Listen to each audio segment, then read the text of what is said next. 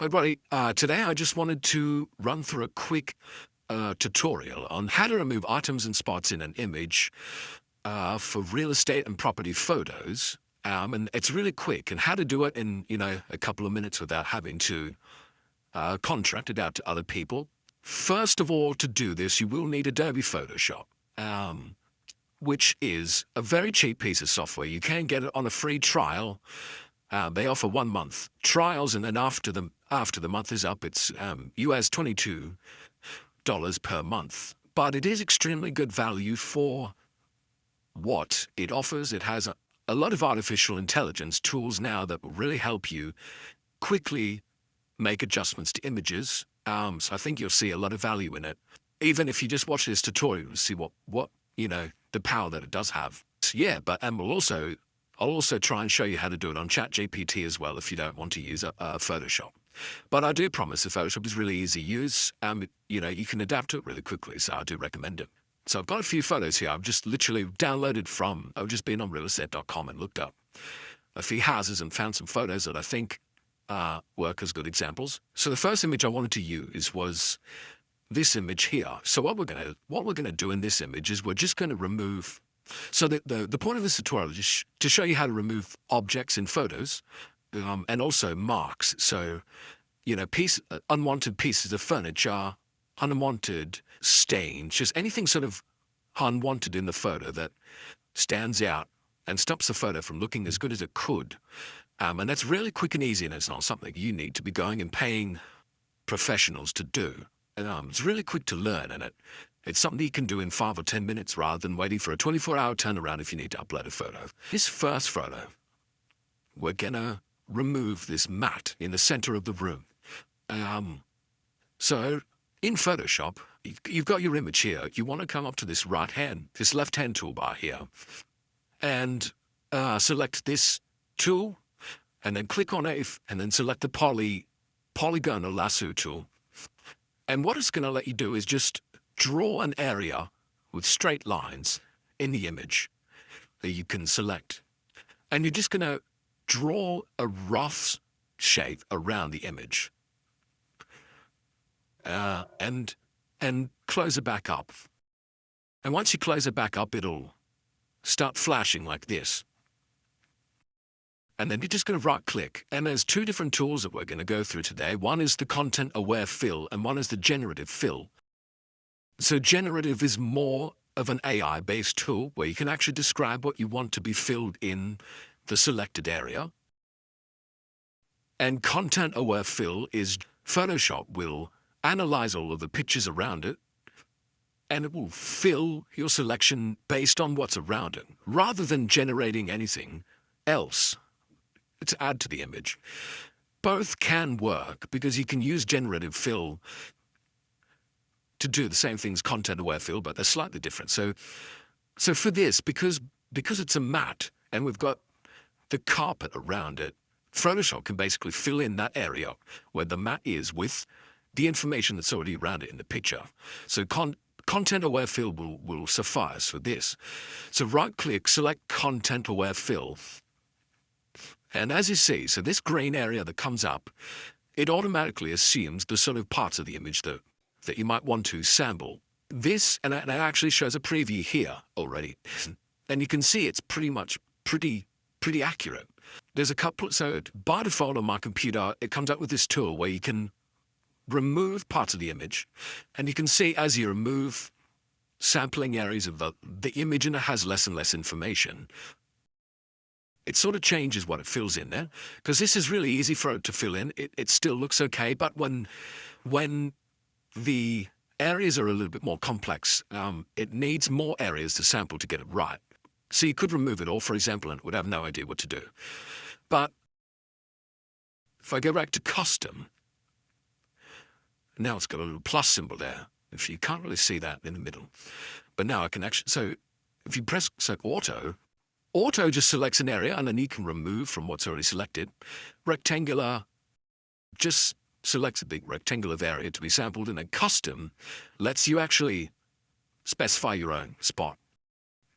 So I'm just going to go, and I'm going to just roughly highlight the grey carpet here. I like to do as much as possible because the more information it has, the more it can make it, the more realistic it can make it look. And just try and avoid sort of getting the chair, other things in. But it's smart enough to know not to include parts of the chair, for example. So that's pretty straightforward. And you just press apply, and that literally applies that. Select OK, and then deselect that. And you can see there we've removed that matte, and there's not really any way of telling there that that matte has been removed. So what you're going to, so whenever you generate anything in Photoshop, it's always going to create a new layer. So you need to make sure that you merge the layers down. So you press merge down or merge visible, and that will merge it into the same layer. If I just undo that, you can see that's the layer that is created. That's the original photo. Let's put that layer over the top, and you merge those two down, that becomes one. Now, I'm going to go back and do that again with generative fill. Instead of delete that. So content-aware fill, and we'll see the difference. So I'll say, can you, and yeah, for you, the more detailed you're wanting Photoshop to be, or the harder the task is, you need to be more detailed with your prompts. So you've got to say, for this I might say, can you remove the rug on the carpet?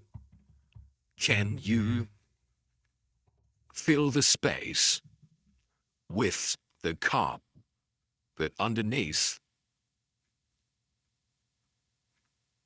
That should work because it's such a basic task, but we'll see how it goes. There we go. So there you can see that's probably done that a little bit better. It's a little bit more consistent. I think we're zoomed into the image, so you cannot tell. And if you're zoomed out or scrolling to unrealestate.com, there's no way you'll be able to tell that was a rug there. So move on to the next image. So in this image, it's the same property, and it's an older property. So there's lots of little things that they're good examples. So the other thing I wanted to show was this wine bottle, this wine glass. You might take a photo, realize something is left out. You don't want wine glass. I know this is done on purpose for styling purposes, but this is the kind of thing you might want to remove. Let's see how we go. So I'm going to do each one individually. So I'm going to literally go like this.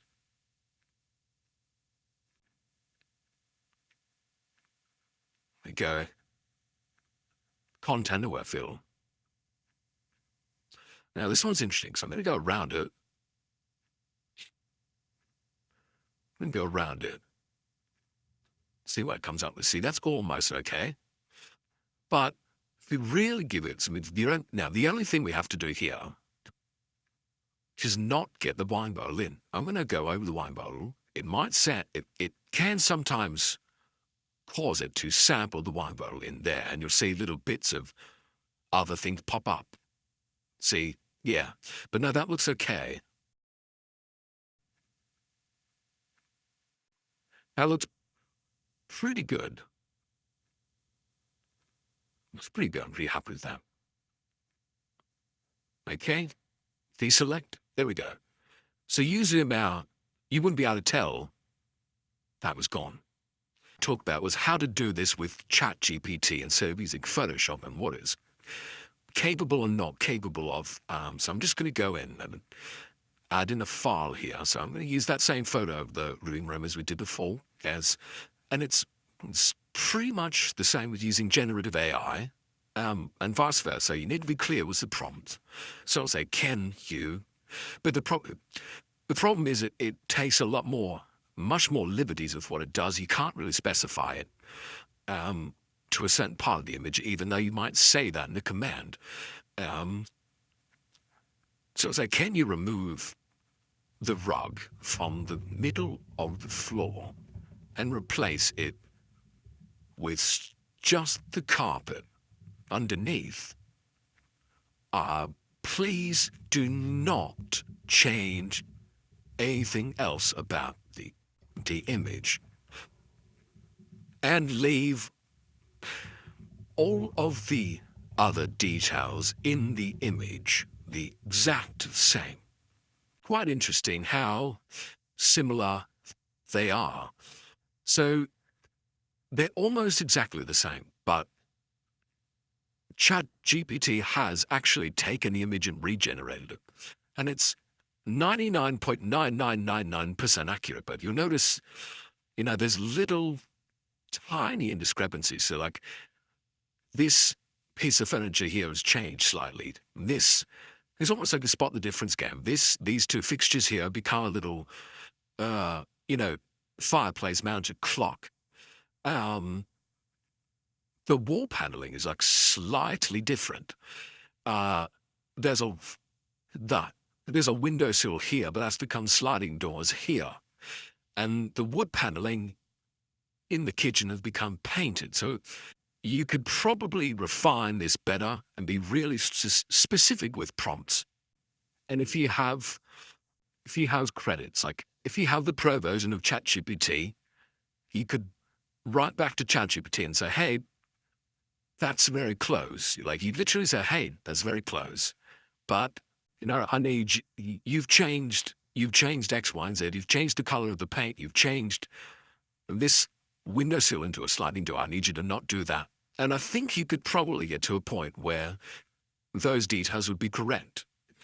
And you could probably use images from here, but these images take like 3 or 4 minutes to generate.